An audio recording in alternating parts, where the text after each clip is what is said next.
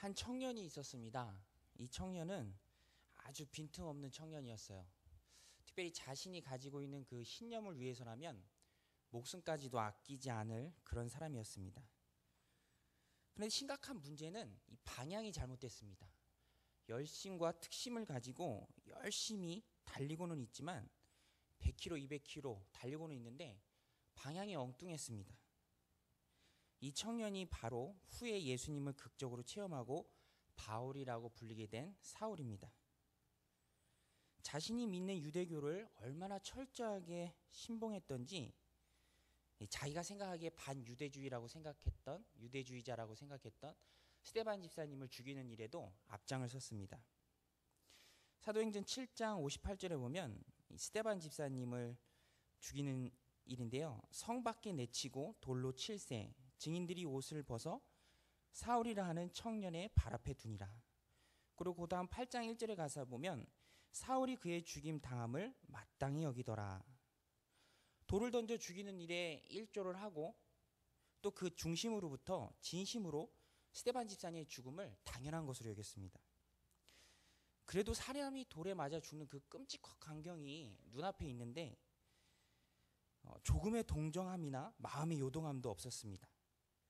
그저 그 마음에 마땅히 여겼을 뿐입니다.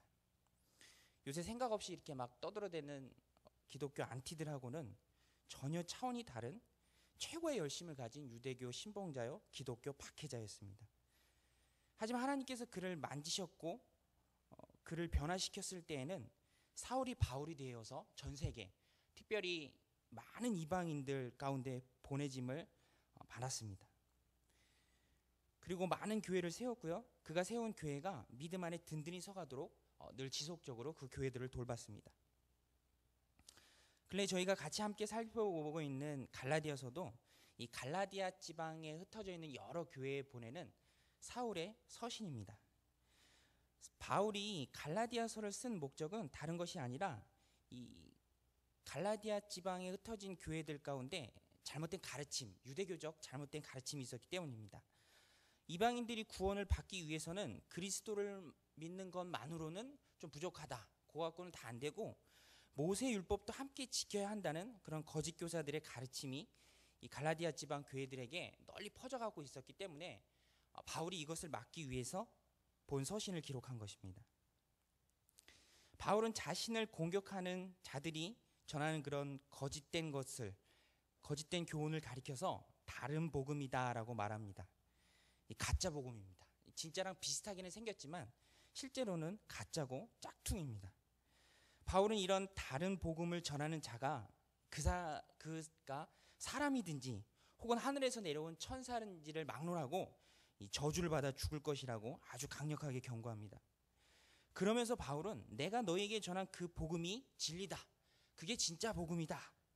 내가 너희들에게 전해서 너희들이 믿고 받아들인 그 복음 외에 다른 복음은 없다. 이렇게 강하게 말합니다. 그렇다면 왜 바울이 전한 복음만이 진짜이며 왜 다른 복음은 없는지 오늘 본문에서 바울은 두 가지 이유를 들어서 설명을 합니다. 먼저 첫 번째 이유가 11절 12절에 기록되어 있는데요. 형제들아 내가 너희에게 알게 하노니 내가 전한 복음은 사람의 뜻을 따라 된 것이 아니니라. 이는 내가 사람에게서 받은 것도 아니요 배운 것도 아니요 오직 예수 그리스도의 계시로 말미암은 것이라. 바울이 고린도 지방에 흩어진 교회들에게 전한 은혜의 복음은 사람에게서 나온 것이 아닙니다.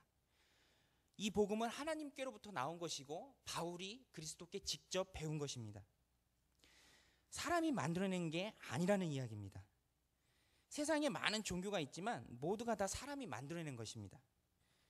그럴듯하게 아름답게 조각을 했든지 혹은 있을 법한 이야기로 교묘하게 꾸몄든지 포장을 했든지 혹은 사람들이 바라고 원하는 그런 기대와 소망을 투영해서 그것을 믿음화했던지 여하튼 세상의 모든 종교는 사람으로부터 나온 것이고 사람이 만들어낸 것입니다.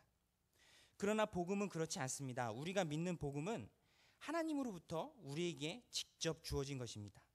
지금 바울이 여기서 이 이야기를 하고 있는 것입니다.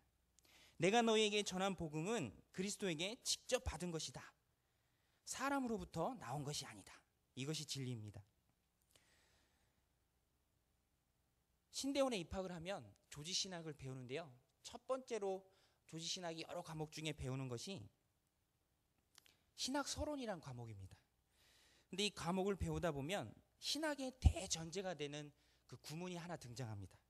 저도 이 말을 듣고 참 바르게 신학을 해야겠다 그런 마음을 들었는데, 그게 뭐냐면 믿음으로 신학함입니다. 믿음으로 신학함. 신학의 출발은 믿음입니다. 신앙도 또 우리의 믿음도 다 마찬가지입니다. 인간이 노력해서 얻어지는 것이 아니고 어떤 이성을 가지고 열심히 머리 싸매고 연구해서 진리에 도달하는 것이 아니라 그 출발은 어디까지나 하나님이 주시는 것입니다. 이것이 바로 진리입니다. 갈라디아 교인들이 바울이 전한 그 은혜의 복음에 굳건히 서 있어야 할 두 번째 이유로 바울은 자기 스스로를 증거로 삼습니다. 13절 14절인데요.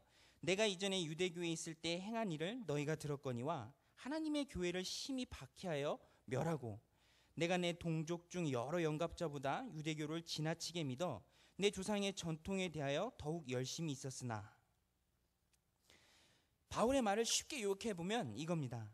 여러분, 저에 대한 소문 들으셨죠? 여러분이 저에 대해 들은 소문은 모두가 다 사실입니다. 저는 지금 180도 변해 있습니다.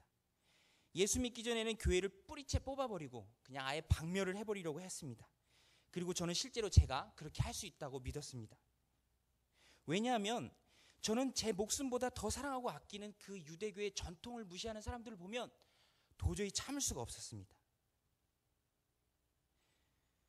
십자가에 달려 죽은 예수를 믿는 자라면, 나무에 달려 죽은 사람은 유대교 전통에서 볼 때는 저주받은 자인데, 그 저주받은 자를 감히 하나님의 아들이라고 전하는 자가 있다면 애든 어른이든 막론하지 않고 모두 다 옥에 쳐넣겠다.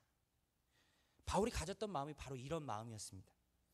그래서 그는 먼 길 마다하지 않고 다마스쿠스까지 가서 다마스쿠스로 가는 그 길에서 예수님을 만납니다. 이후에 그의 인생은 완전히 바뀝니다. 그래서 바울이 오늘 이렇게 말하는 거예요. 이런 나를 봐라. 내가 너에게 전한 그 복음이 나를 이토록 놀랍게 변화시켰다. 누구한테도 뒤지지 않을 만한 유대교의 신봉자였던 나를 그리스도의 은혜의 복음의 전파자로 하나님이 나를 이렇게 바꿔주셨다. 그런데 너희가 그 은혜를 뒤로하고 다시 그 율법을 향해서, 지킬 수도 없는 그 율법을 향해서 가느냐? 다른 복음은 없다. 내가 너에게 전한 그 복음이 진짜 복음이다. 바울은 주님으로부터 직접 계시를 받았습니다. 사도의 직분도 받았습니다.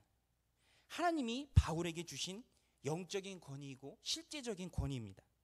그래서 바울은 평생을 사역하는 동안에 하나님 중심으로 살았어요.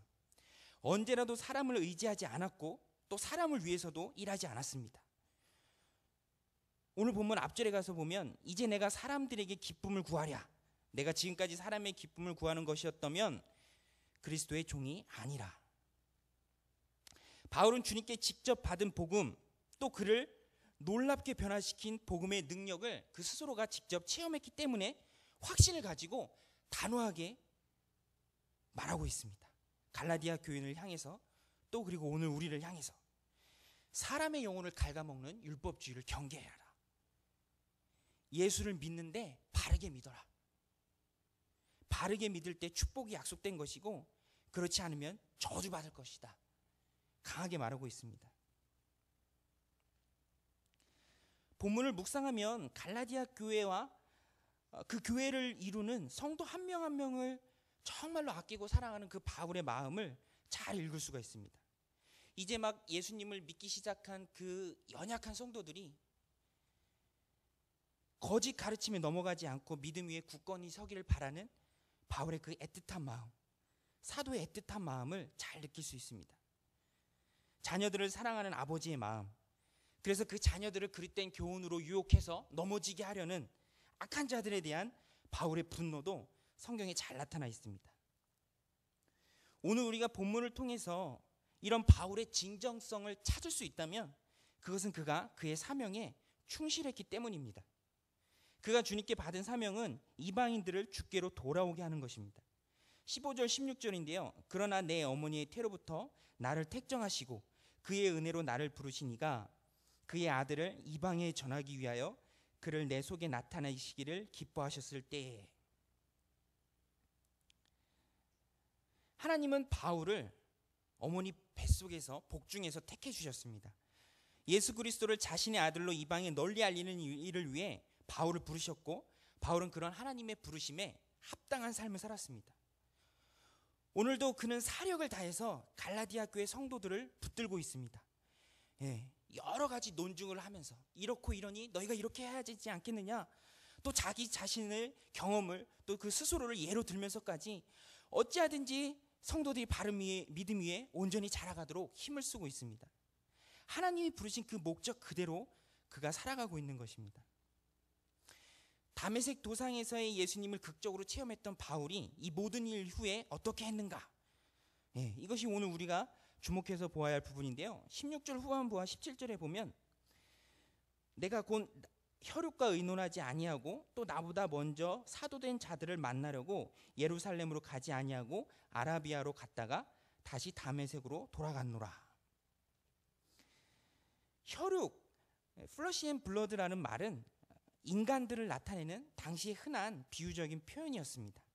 그래서 대부분의 영어 성경도 애니맨이나 애니휴먼 빙으로 번역해 놓았습니다. 바울은요, 주님으로부터 직접 받은 그것을 가지고 곧장 인간에게로 가지 않았습니다. 다메섹 도상에서의 그 단회적인 주님과의 만남이 그의 삶 가운데 지속적이고 영원한 만남이 되도록 주님께 나아갔습니다. 주님과 시간을 보내고 주님께 훈련을 받았습니다. 사람들의 꽁무니 쫓아다니는 것보다 하나님과 함께하기를 선택한 것입니다. 16절에 보면 의논하지 않고라고 되어 있는데요, 영어로는 컨설트입니다. 요새 뭐 컨설팅 해주는 컨설턴트다 많이 유행인데요, 그것도 100% 신뢰할 만한 것은 되지 못합니다. 왜냐하면 그건 역시 인간으로부터 나온 것이기 때문입니다. 하나님과 의논하고 하나님께 컨설팅을 받는 사람이 지혜로운 인생입니다. 그래서 바울은 자신보다 먼저 사도된 기라성 같은 분들을 뒤로하고 아라비아로 갑니다. 역사학자 요세푸스에 따르면 아라비아는요, 수리아의 다메섹 부근 지역에 있는 나바티아라는 곳을 가리킵니다. 페트라라는 곳하고 인접해 있어요. 이곳에서 꼬박 바울은 3년을 지냅니다. 기도하고 연구하며 오직 주님과 함께하는 그 3년간의 생활. 많은 사람들이 좋아하는 찬송가의 가사처럼 세상과 나는 간 곳 없고 구속한 주만 보이도다. 바울이 이런 시간들을 보냅니다. 세상의 분주함과 허망한 소리를 뒤로하고 주님과 보내는 그 시간은 이후 바울의 사역에 큰 버팀목이 되고요, 성공의 열쇠가 됩니다. 오늘 본문을 살펴봤는데요, 결론의 말씀을 드리겠습니다. 오늘도 하나님이 우리 인생에 바울처럼 적극적으로 개입하셔서 나를 향하신 놀라운 계획들을 이루어 가시기를 소원합니다. 주님과의 만남을 소중히 여기면서 그 만남이 내 삶에 지속되기를 우리 주님의 이름으로 축원드립니다. 기도하시겠습니다.